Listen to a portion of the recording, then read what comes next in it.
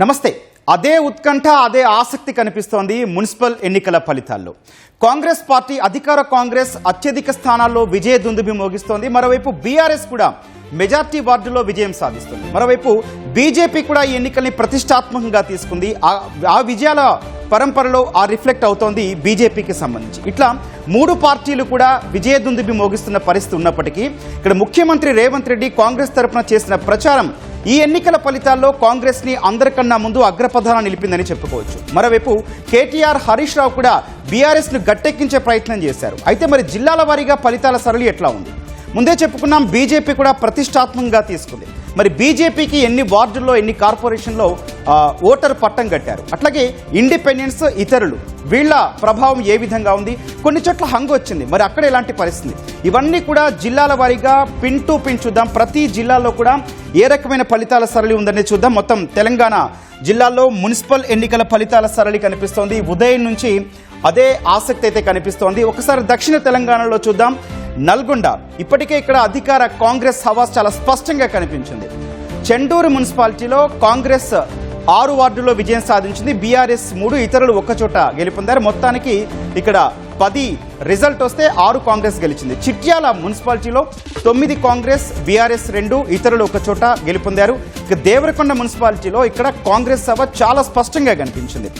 7 దేవరకొండలో 10 కాంగ్రెస్ గెలిచింది, 7 బీఆర్ఎస్ గెలిచింది, ఇతరులు 2, బీజేపీ 1 గెలిచాయి. ఇక హాలియా మున్సిపాలిటీలో ఇక్కడ కాంగ్రెస్ సభ చాలా స్పష్టంగా కనిపించింది. మొదటి నుంచి కూడా హాలియా ఒక మనకి న్యూస్ అంతట్లో కూడా వైరల్ అయింది చెప్పుకోవచ్చు. ఎందుకు అనంటే హాలియాలో ఏకగ్రీవం అవ్వడాన్ని అక్కడ కాంగ్రెస్కి విజయం దక్కడం పోలింగ్ కన్నా ముందు కూడా ఇక్కడ బాగా చర్చనీయాంశమైంది. సో హాలియా మున్సిపాలిటీలో చూస్తే 11 కాంగ్రెస్ ఖాతాలో వెళ్ళాయి, బీఆర్ఎస్ 1. మిర్యాలగూడలో అత్యధికంగా వార్డులున్న మిర్యాలగూడలో 31 కాంగ్రెస్ గెలిచింది, బీఆర్ఎస్ 14, ఇతరులు 2, 1 బీజేపీ ఖాతాలో పడింది. ఇక నందికొండ మున్సిపాలిటీలో కాంగ్రెస్ క్లీన్ స్వీప్ కనిపిస్తోంది. 11 స్థానాల్లో కాంగ్రెస్ గెలుపొందింది, ఒక్కచోట బీఆర్ఎస్ గెలుపొంది. ఇది నల్గొండ జిల్లాకు సంబంధించి. మరి అదేవిధంగా మనకి సూర్యాపేట జిల్లాలో పరిస్థితి ఏంటి? సూర్యాపేట మున్సిపాలిటీ పరంగా చూస్తే ఇక్కడ హుజూర్ నగర్ మున్సిపాలిటీలో కాంగ్రెస్ 19 చోట్ల విజయం సాధించింది, బీఆర్ఎస్ 4, ఇతరులు 5 చోట్ల గెలుపొందారు. ఇక కోదాడలో 26 కాంగ్రెస్ ఖాతాలో ఉంటే 3 బీఆర్ఎస్, ఇతరులు 6 స్థానాల్లో గెలుపొందారు. నేరేడుచెరులో 9 కాంగ్రెస్, బీఆర్ఎస్ 5, ఇతరులు 1 చోట గెలుపొందారు. సూర్యాపేటలో 31 కాంగ్రెస్, బీఆర్ఎస్ 13, బీజేపీ 1, ఇతరులు 3 చోట్ల గెలుపొందారు. తిరుమలగిరిలో ఇక్కడ రిజల్ట్ కాస్త భిన్నంగా ఉంది. బీఆర్ఎస్ 10 మున్సిపాలిటీలు కైవసం చేసుకుంటే కాంగ్రెస్ 5 చోట్ల విజయం సాధించింది. ఇది సూర్యాపేట డిస్టిక్కి సంబంధించి. అట్లాగే యాదాద్రి భువనగిరి ఇక్కడ ఎలా ఉందో కూడా చూద్దాం. ఆలేరు మున్సిపాలిటీలో కాంగ్రెస్ 7 వార్డుల్లో విజయం సాధిస్తే బీఆర్ఎస్ 3, బీజేపీ 2 చోట్ల గెలుపొందాయి. ఇక్కడ అత్యధిక వార్డులు ఉన్నటువంటి భువనగిరి చూస్తే కాంగ్రెస్ 23 చోట్ల విజయం సాధించింది, బీఆర్ఎస్ 3, బీజేపీ 4, ఇతరులు 4 చోట్ల గెలుపొందారు. చౌటుప్పల్లో 11 వార్డుల్లో కాంగ్రెస్ విజయం సాధిస్తే బీఆర్ఎస్ 3, బీజేపీ 3, ఇతరులు ఓ చోట గెలుపొందారు.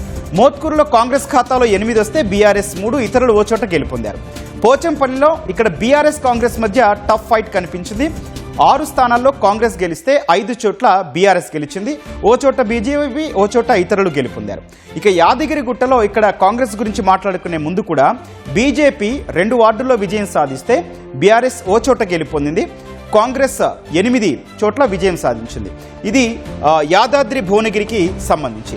మరి అట్లాగే జనగామ జిల్లాలో ఏ విధంగా ఉందనేది కూడా ఒకసారి చూద్దాం. జనగామ జిల్లాలో మనకి జనగామ మున్సిపాలిటీ చూస్తే కాంగ్రెస్ 12 చోట్ల విజయం సాధిస్తే బీఆర్ఎస్ 13 వార్డుల్లో గెలుపొందింది, ఇతరులు 5 చోట్ల గెలుపొందారు.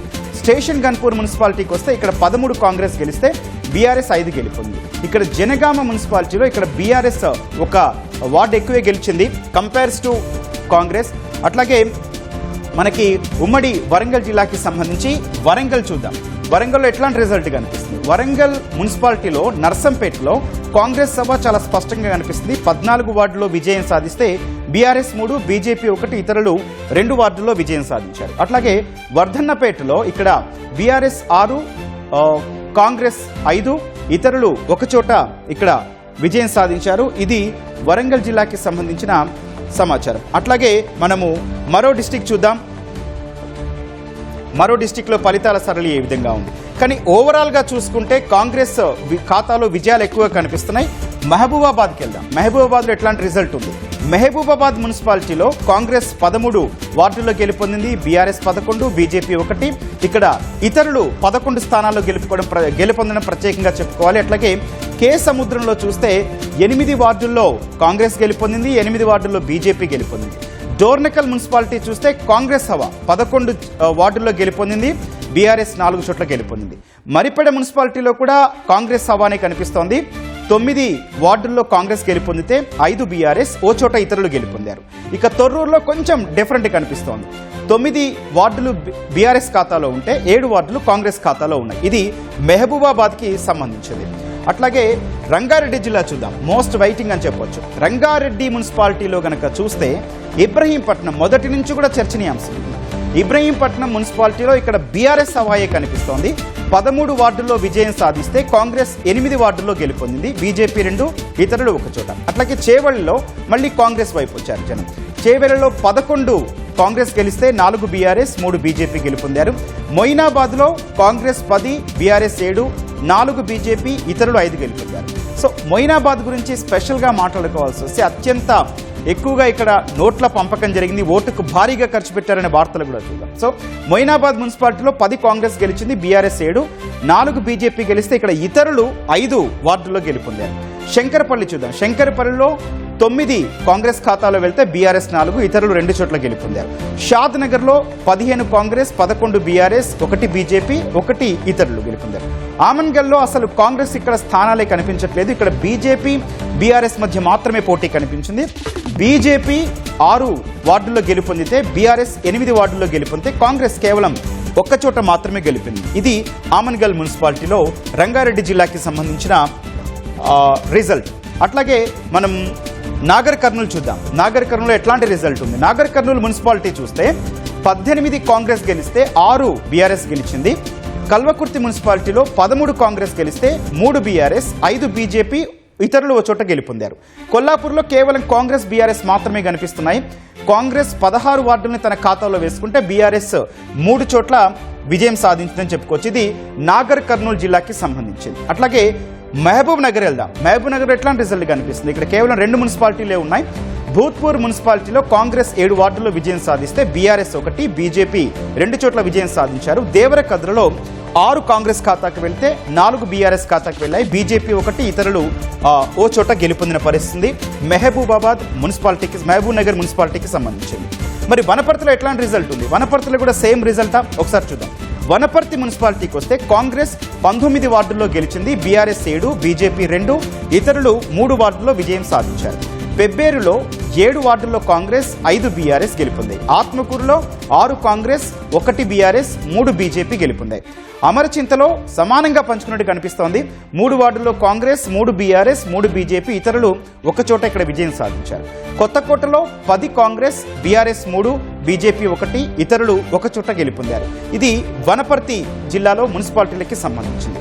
మరి జోగులాంబ గద్వాల జిల్లాలో ఎట్లాంటి రిజల్ట్ ఉంది? రాష్ట్ర వ్యాప్తంగా కూడా మెజారిటీ వార్డుల్లో మున్సిపల్ ఎన్నికల్లో 3 రంగుల జెండాయే ఉదయించిందని కూడా చెప్పుకోవచ్చు. కాంగ్రెస్ పార్టీ శ్రేణులు కూడా మేయర్ ఎన్నికకి సంబంధించి ఉత్సాహంగా కనిపిస్తూ ఉన్నారు. మున్సిపాలిటీలో కౌన్సిలర్లు కావచ్చు, వీళ్ళందరూ గెలుపొందిన తర్వాత కార్పొరేషన్ రిజల్ట్ కూడా చూద్దాం. ప్రస్తుతం జోగులాంబ గద్వాలలో మున్సిపాలిటీకి సంబంధించి గద్వాల మున్సిపాలిటీలో కాంగ్రెస్ 16 గెలుపొందితే బీఆర్ఎస్ 11, 7 బీజేపీ, ఇతరులు 3 వార్డుల్లో గెలుపొందారు. ఇక ఐజా చూద్దాం. ఐజా మున్సిపాలిటీలో 7 కాంగ్రెస్ వస్తే ఇక్కడ అత్యధికంగా బీఆర్ఎస్ 13 వార్డుల్లో విజయం సాధించింది. వడ్డేపల్లిలో 1 కాంగ్రెస్, 1 బీఆర్ఎస్, బీజేపీకి లేదు.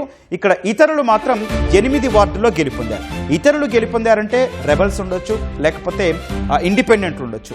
అట్లాగే అలంపూర్ చూద్దాం. అలంపూర్లో 5 కాంగ్రెస్, బీఆర్ఎస్ 5 గెలుపొందిన పరిస్థితి. జోగులాంబ గద్వాల జిల్లాకి సంబంధించి మున్సిపాలిటీలో ఇది రిజల్ట్. అట్లాగే ఖమ్మం జిల్లా చూద్దాం. ఖమ్మం కూడా చాలా ఆసక్తిని, ఇంట్రెస్ట్ని కలిగిస్తుంది. మరి ఖమ్మం జిల్లాలో మున్సిపల్ ఎన్నికల ఫలితాల సరళి ఏ విధంగా ఉందో ఒకసారి చూద్దాం. ఖమ్మం జిల్లాలో ఏదిలాపురం మున్సిపాలిటీలో కాంగ్రెస్ 24 వార్డుల్లో గెలుపొందితే బీఆర్ఎస్ 2, ఇతరులు 6 చోట్ల గెలుపొందారు. అట్లాగే వైరా చూద్దాం. వైరా మున్సిపాలిటీలో కూడా కాంగ్రెస్ గెలుపొందింది. 12 స్థానాల్లో కాంగ్రెస్ గెలుపొందితే బీఆర్ఎస్ ఖాతాలో 5 వార్డులు ఉన్నాయి, ఇతరులు 2 వార్డుల్లో గెలుపొందారు. మధిరలో ఏకఛత్రాధిపత్యం 18 వార్డుల్లో కాంగ్రెస్ గెలిస్తే బీఆర్ఎస్ 1, ఇతరులు 3 చోట్ల గెలుపొందారు.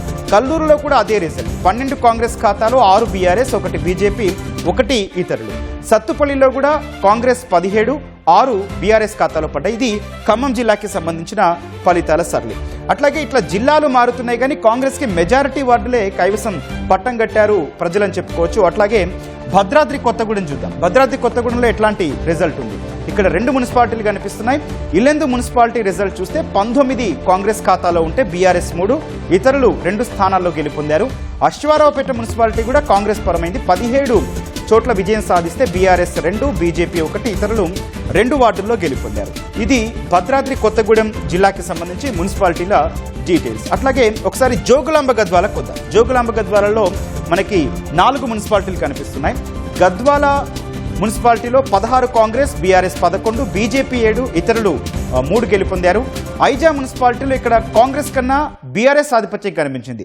13 వార్డుల్లో బీఆర్ఎస్ గెలిచింది, 7 కాంగ్రెస్ ఖాతాలో పడ్డాయి. ఇక వడ్డేపల్లిలో ఇతరులు 8 మంది గెలుపొందారు. 1 బీఆర్ఎస్, 1 కాంగ్రెస్ గెలుపొందారు. అలంపూర్లో 5 బీఆర్ఎస్, 5 కాంగ్రెస్ ఖాతాలో పడ్డాయి వార్డులు.